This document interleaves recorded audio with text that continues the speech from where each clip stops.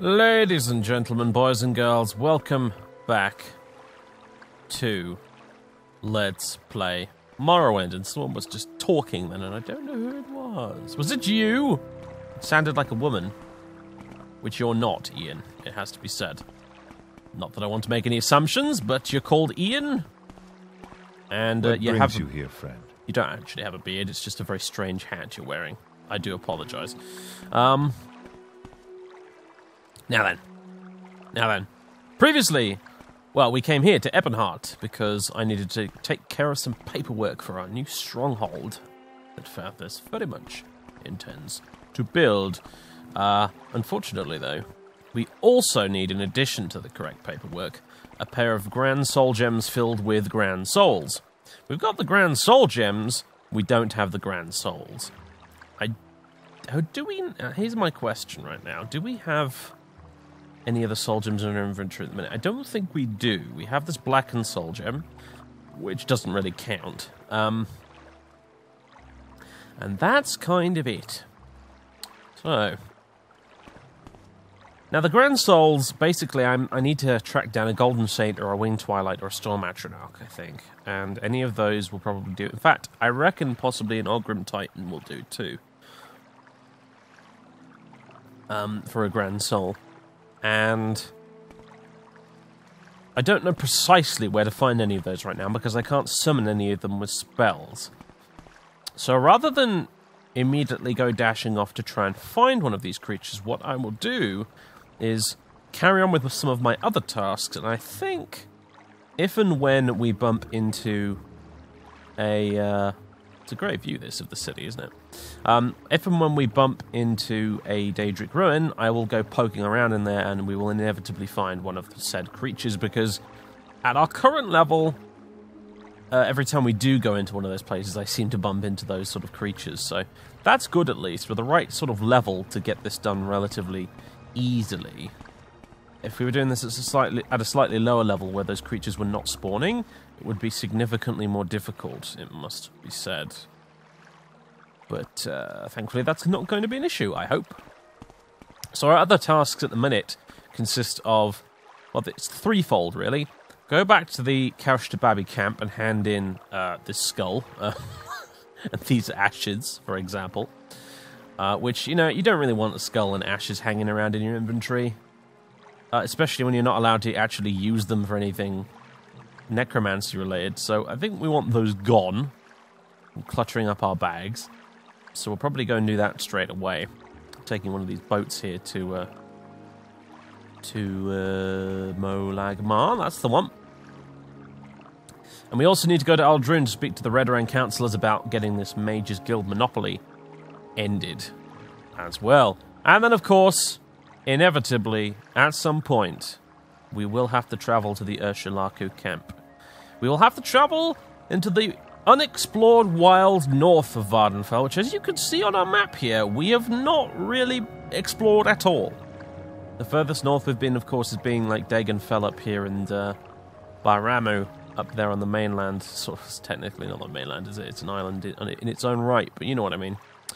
And the Grazelands up here, but the northwest, with the exception of Nisus, is unknown to us. And as you know, folks watching at home, if you've made it this far with the Let's Play, you know that when we're heading into uncharted territory, I like to do so on foot instead of fast travelling. So we must prepare ourselves for a journey. And I expect we will be taking Bill the Skeleton with us, as well as added backup and, or, you know, inventory carrying mule, essentially. So in order to do that, I'm going to have to teleport out of here, actually. We won't be taking this boat.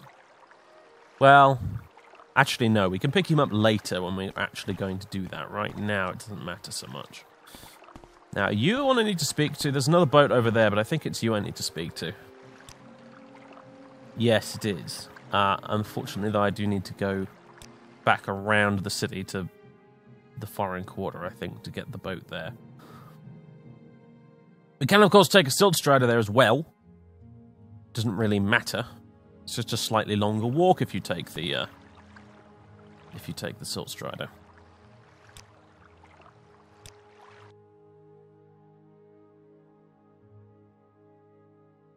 As Fathis arrives in Molagmar via the boat after a short voyage, it becomes clear that there's another ash storm setting in, common to the region, but this one seems particularly nasty. He wonders if perhaps this is the storm that the people of Sadrith Mora seem to be worried about, with them all shuttering their windows and hiding in their homes previously. In any case, it's far too windy and difficult to travel, so Fathis decides to head up to the top of the canton and stay once again in the hostel until the storm dies down.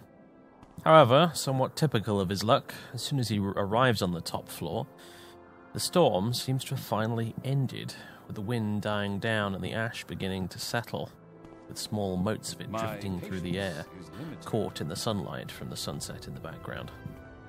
The shadows are growing longer by the minute, but he decides that Kaushtababi camp is not that far away, and if he can get this business wrapped up nice and quickly, he really would prefer it. And besides, there is a Daedric shrine nearby. He did clear it out for the Kaushtababi previously, but Daedra are strange, fickle creatures whose presence on this plane is altogether temporal.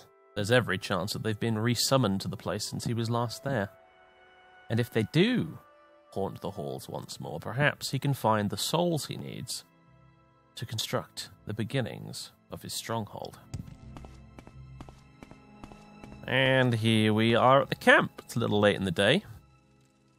And there is a Daedric ruin over there, although I'm pretty sure we've cleared that out, so that might not be a great option for trying to track down our soul gems. Soul gems? Souls for the soul gems. But we'll have a look anyway. First, though,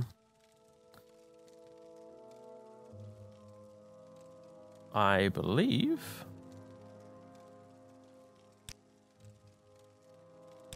you are not the person I was supposed to be talking to. It was you. A villa is here, Father Sylvan. Kaushtababi camp now has a healer, and I have a wife. We thank you.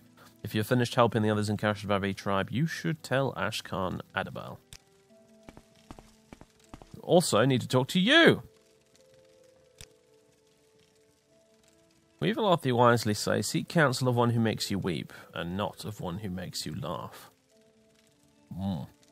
Is that indeed wise, or does it just sound wise? You be the judge. Ancestors?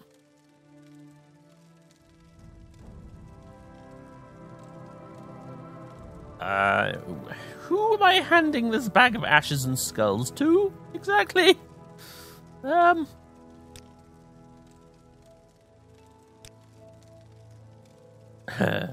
I've kind of forgotten. I thought it was you, but I guess it isn't.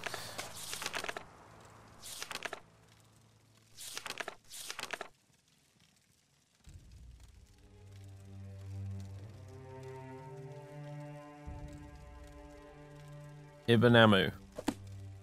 That is you. That is you. Ah, here we go. You have my husband's ancestors' remains? Please let me have them. No, you cannot have them. No, no, no. Yes, I can feel my husband's ancestors. You have followed my guidance and counsel well. I shall use these to build Kaushtababi tribe's ancestor cult. It shall be in the nearby Raider's tomb, for I have heard their line has died out. We shall also offer prayers to the Raiders' ancestors so they will not become lost and angry. It will be good for our tribe and the Raiders' ancestors both. If you've finished helping the others in Kaushtababi tribe, you should tell Ashkan Adabel. He will have your reward. Excellent. The Ashkan. Long time no speak, Adabel. My people tell me you have aided them well, Fathis. I thank you. You have finished helping the Velothi of Kaushtababi camp. We will grow and thrive now. We have little still to offer in goods, but I have knowledge of the land that few others have. Let me tell you a path you may walk to find an artifact of power. See, this might be about to make it all worth it. Where? In an ancestral tomb southwest from Irabanimson camp is rumored to be an artifact of power, a helm of some kind. All who have sought it have not returned, however. The last I knew went looking for it was an Outlander Nord. Do you know what? That almost rings a bell. I wonder if we haven't already found that. Worth checking out, though, at some point. Southwest from Mirabinimson Camp.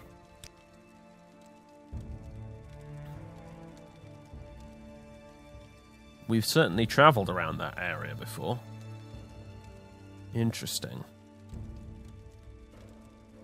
Interesting.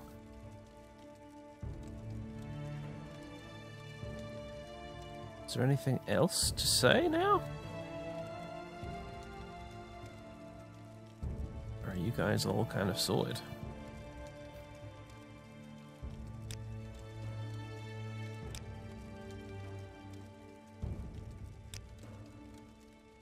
Well, I think that's it.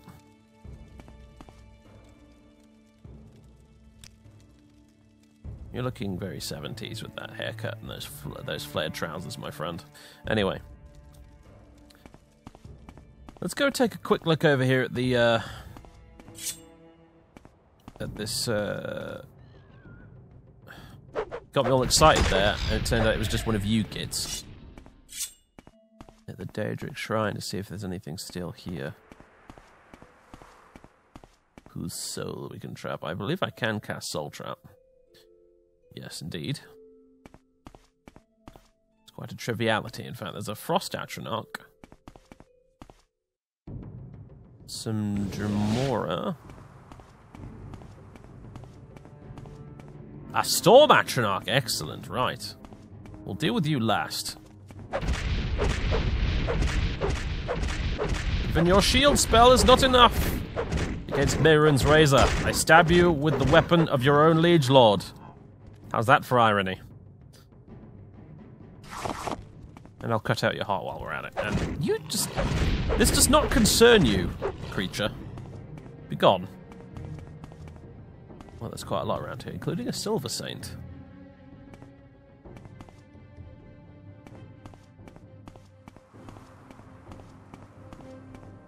Where is the Storm Atronach? There you are. Right. Gonna let you keep casting your spells like that and wasting all your magicka.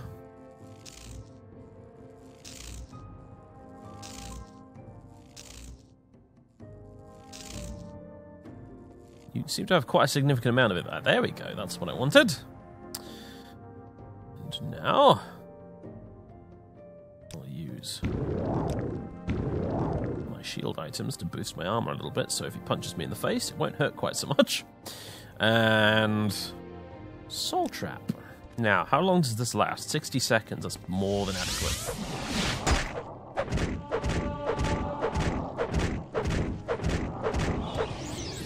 You have trapped a soul.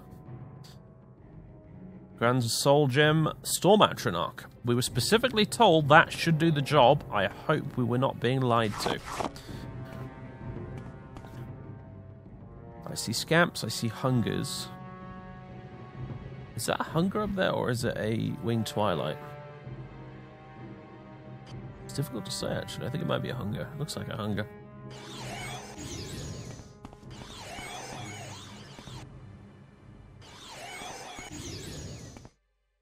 I do not have time for you, sir.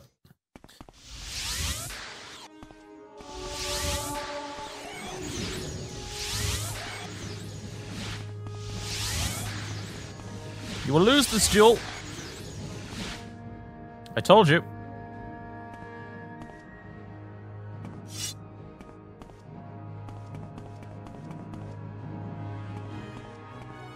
Unless I see a golden saint or a winged twilight, I'm going to leave. Ah, there's another Storm Atronach. That will also do. Foolish beetle.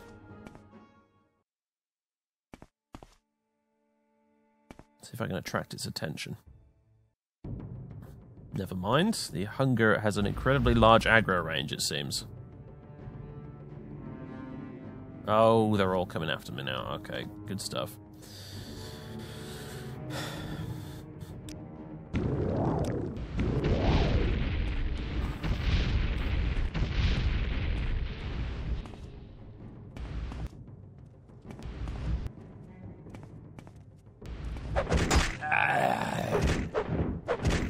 guys are no jokes, are you, Silver Saints? But you're dead.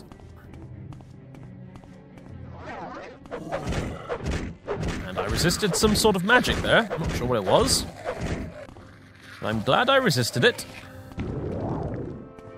Now then. Yeah, this is... We wish to avoid this.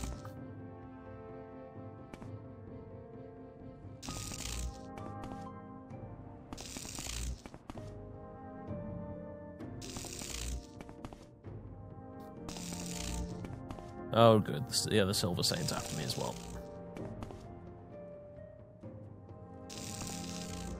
I'm amazed that didn't hit the Silver Saint then, actually.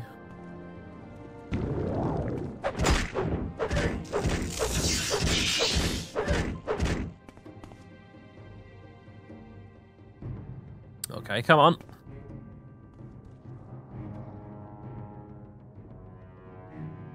Soul Trip.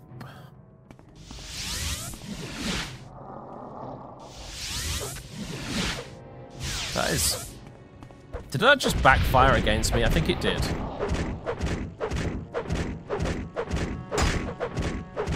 I cut that very close indeed.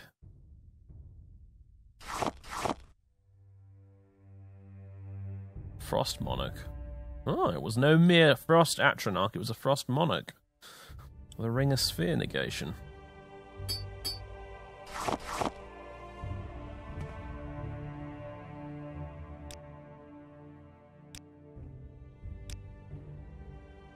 And you, what did you have? A Daedric Silver Claymore? No, thank you.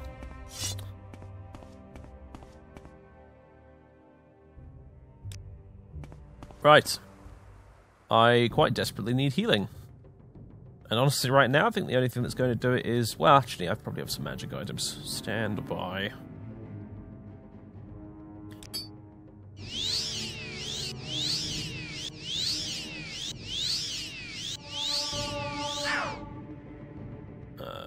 What else have I got? Life Belt. That's better. Feeling altogether a lot more healthy now. And just to check... No, we're not diseased. I was fighting quite a few wild animals there, so it's worth checking.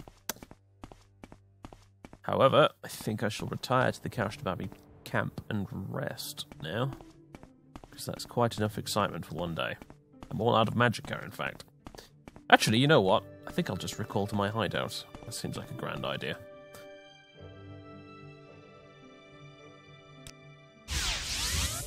Ah, except for that. That's a problem, isn't it? I think I used to have an Amulet of Recall, but I think I got rid of it. And did not appreciate that I might find myself in a situation such as this. I might have even had some Scrolls of Recall, but they're gone too. Oh dear. Well, okay then, fine.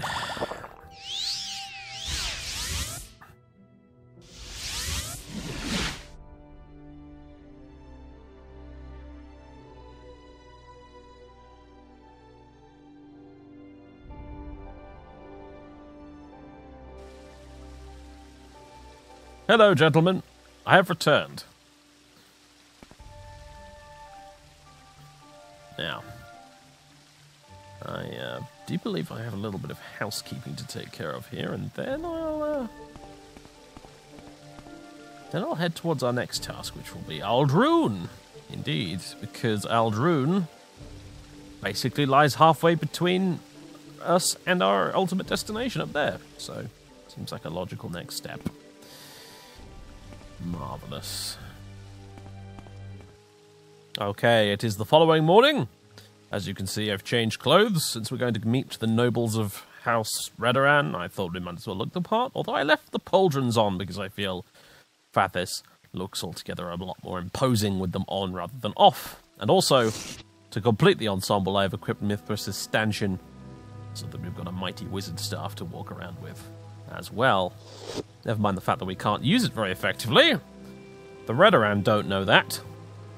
It also gives us a bit of feather, a bit more endurance, a bit more fatigue, which means I can move a little bit faster. So it's a useful bit of kit to have. Also, as I was sorting books out and things, but the birth of a new shelf, everybody. The History Shelf, which now includes 2 books, a whole 2 books.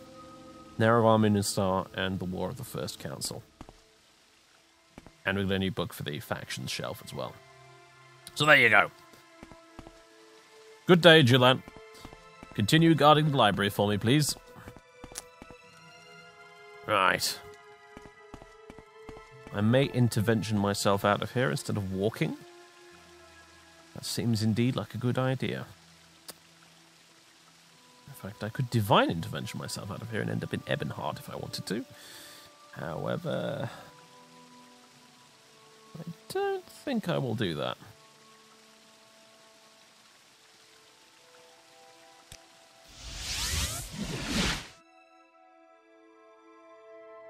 Marvellous. Vivek's looking lovely today. The weather, as usual, seems to be quite nice around here. The weather usually is pretty nice down in Vivek, I've noticed. And we'll take these gondolas round to the Faeryn Quarter.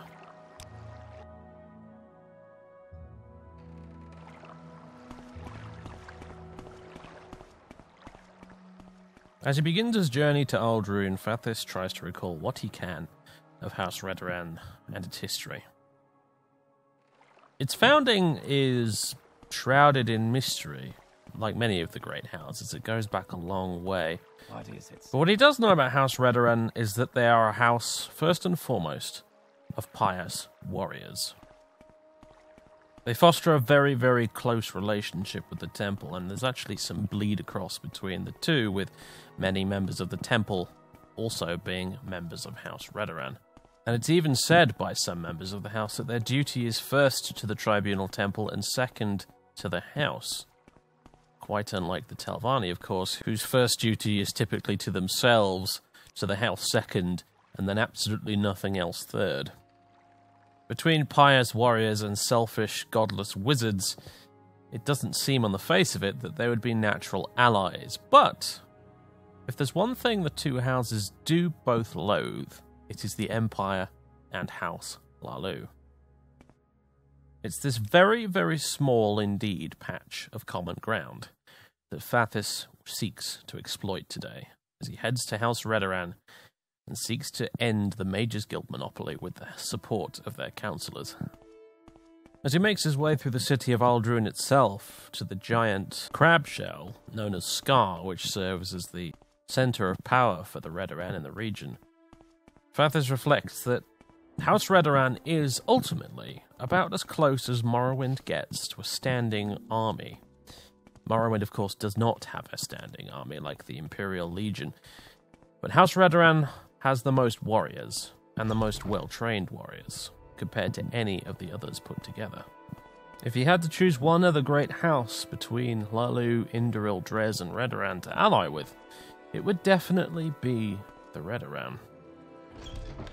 On a whim, after noticing a sign nearby, before visiting the nobles himself, he decides to visit the local clothier, which has a fairly high reputation from what he can remember. He wants to see what the current local fashions are and hopefully dress appropriately. Anything to help him get a foot in the door with the Redoran at this point is useful to him.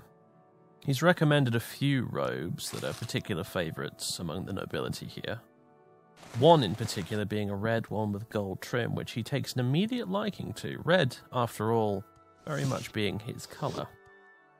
He decides to buy all 3 anyway, just to be on the safe side, and not wanting to appear cheap, keeps the haggling to a bare minimum.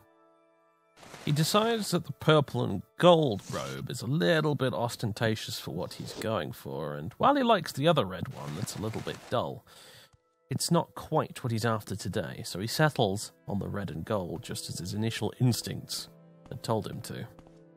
Having now adorned himself with the local fashion, he leaves the shop and heads up onto the gantries to try and find Sarathi Manor. Athin Sarathi is one of the more liberal-minded Redoran, and Master Arian recommended him as the first port of call. Irritatingly, a Redoran guard attempts to bar his passage across the gantryway, claiming, apparently, that it's not safe to walk on at present. Fathis snorts contemptuously and levitates over the top of him with a wave of his hand. Looking back, the guard's face is impossible to read, hidden as it is behind that helmet. But Fathis can hear him softly cursing under his breath and smiles to himself.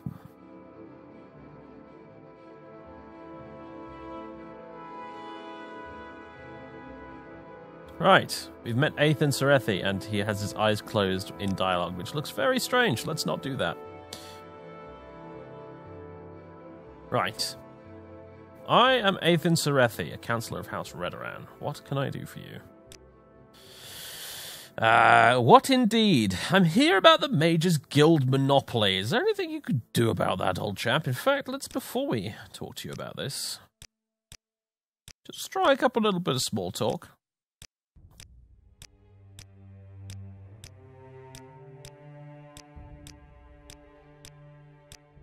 Don't want to have to magically charm him if possible. That's a bit better.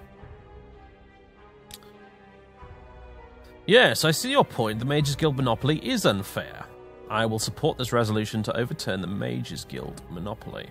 Perhaps you could convince the other councillors with an appeal to fairness. The only councillor who would never support this resolution is Archmaster Bolvin Venom. Let me tell you a true tale that may help you understand our Archmaster better. Once, before he became Archmaster, Bolvin Venom was sent to Skyrim as a messenger to the Nords. In the middle of relaying his message, he was set upon by a fierce dog. The Nords had released it upon him as a test. Contrary to the Nords' expectations, however, Bolvin unflinchingly caught the dog with his right hand and finished giving the Nords the message. He listened to the Nord's reply, said that is all, and as he was leaving, he drove the dog's head into the ground. The dog died there, bleeding from its eyes, nose, and mouth. Bolvin gave all this a contemptuous glance and calmly left. Some of the Nords even thumped the hilt of their weapons against the ground out of respect for his feat. Bolvin never looked back. He's a strong leader and has done great things for House Redoran. How can I explain the hold he has over the hearts of the Redoran people? He brought us back from certain defeat. He moved the council here to Ald'ruhn and took our share of the frontier lands. He is a natural leader, born to rule. One only wishes he was just and fair as well as strong and brave. Interesting. I suspect that Fathis in Bolvin Venom sees something of an equal, and therefore someone who needs to potentially be eliminated at some point. You may be able to convince the other councillors if you use an appeal to fairness. House Redoran does not approve of all that House Telvanni does, but we are proud of our record of just and fair dealings with the other great houses. The other councillors may be easier to persuade if you take this approach. Very well, very well. Since we're talking to him, is there anything you can tell us about Archmagister Gothrin, for example? Archmagister Gothrin's brutality and ongoing crusade to root out foreign influences out of House Telvanni is slowly destroying them, from what I have heard. Executions are commonplace under him. The Telvanni councillor Arian is the leader of the opposition to Gothrin, but he has little support on the council, I hear. Is it true that you're an ally of Arian? What if it was? It's interesting to hear an outsider's perspective, that's for sure.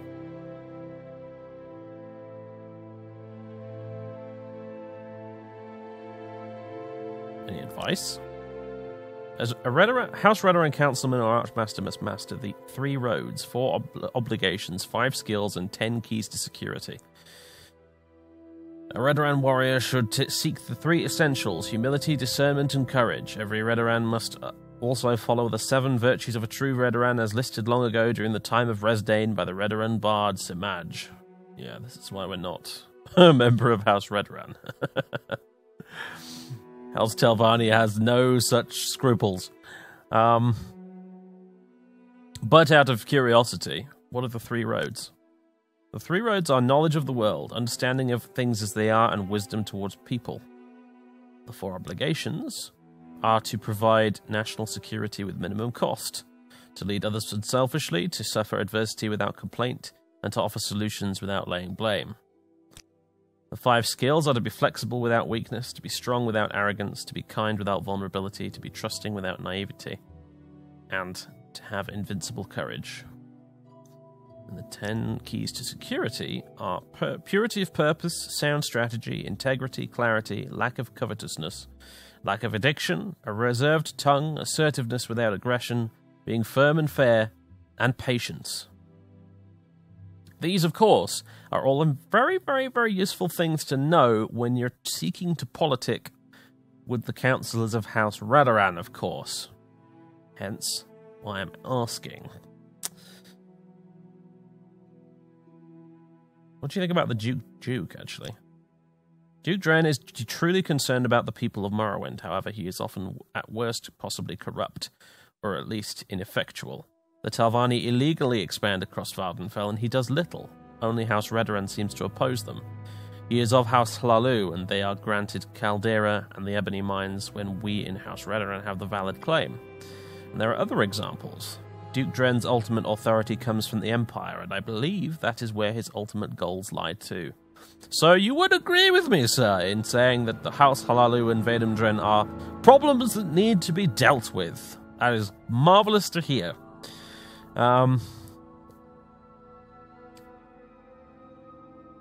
Anything else to ask him about that might be useful? Not particularly at this moment. Well, we shall take our leave and go to visit some of these other councillors.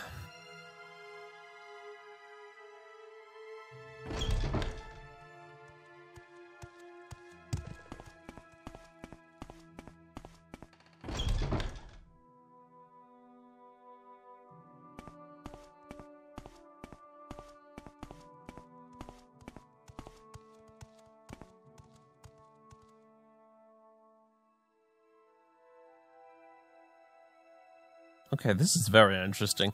Fathasalethri has requested any vampire hunter come and see her about her son Sanvin. If you are the one, she's in the manor bedrooms.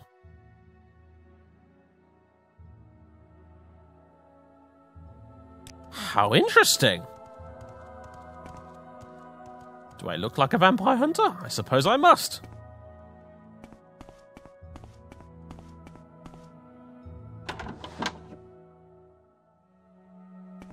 Ooh, purple candles in here. I like it.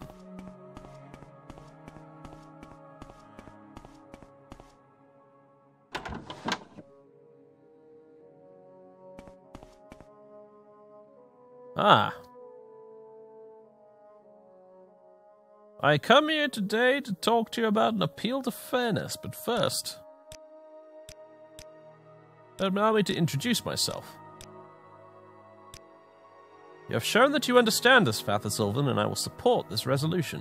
That is marvellous to hear. However, I'm actually looking for your wife right now, and that's... I know how that sounds, but I assure you, it's not how it sounds.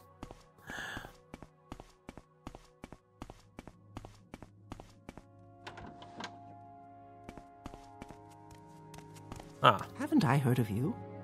I need the expertise of a vampire hunter because of my son. Please, I need your help before he makes a fatal mistake and dooms his soul. I assume you have heard the talk from the servants. Well, there's no harm in telling you now.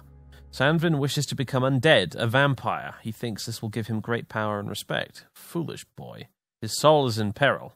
Maybe you can work with me, Fathers. Show my son that vampires are not all-powerful. Convince them they have weaknesses. I have treasures that will be of use to you, I'm sure.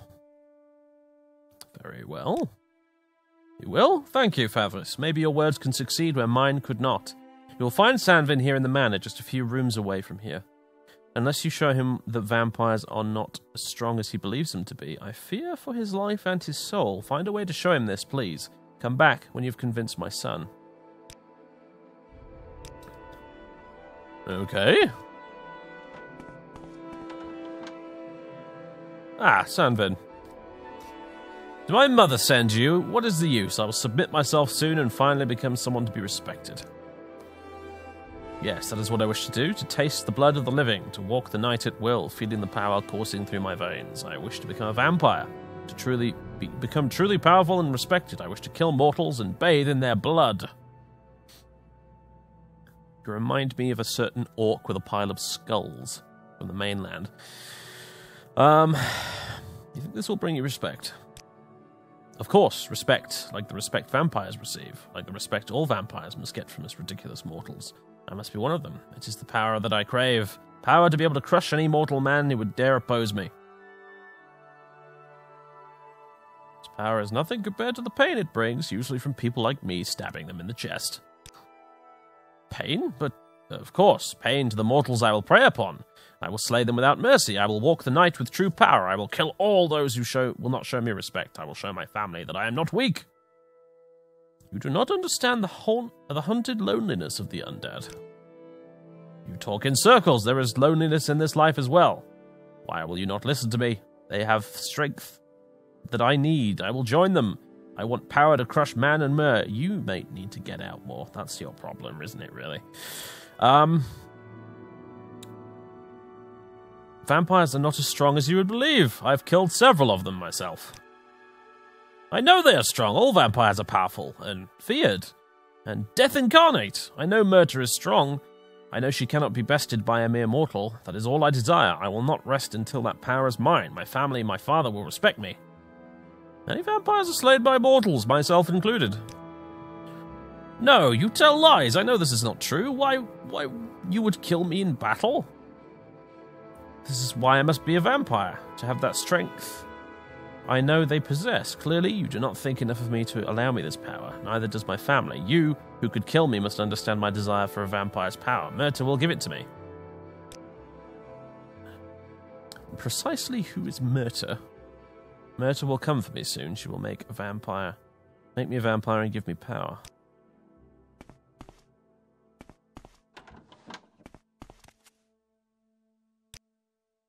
Oh, my foolish boy, we must stop him before he makes a fatal mistake and damns his soul.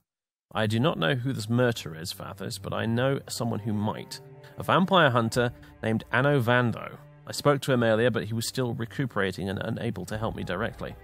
He is still in Aldrune. Try asking for him at the Guild of Mages first, and please hurry before this Murta takes him forever.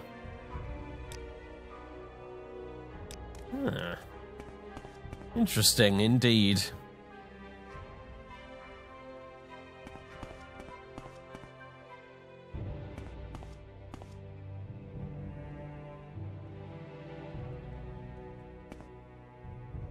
Part of me wants to stab him. The other part of me realizes that we're not going to get any treasure if we do that.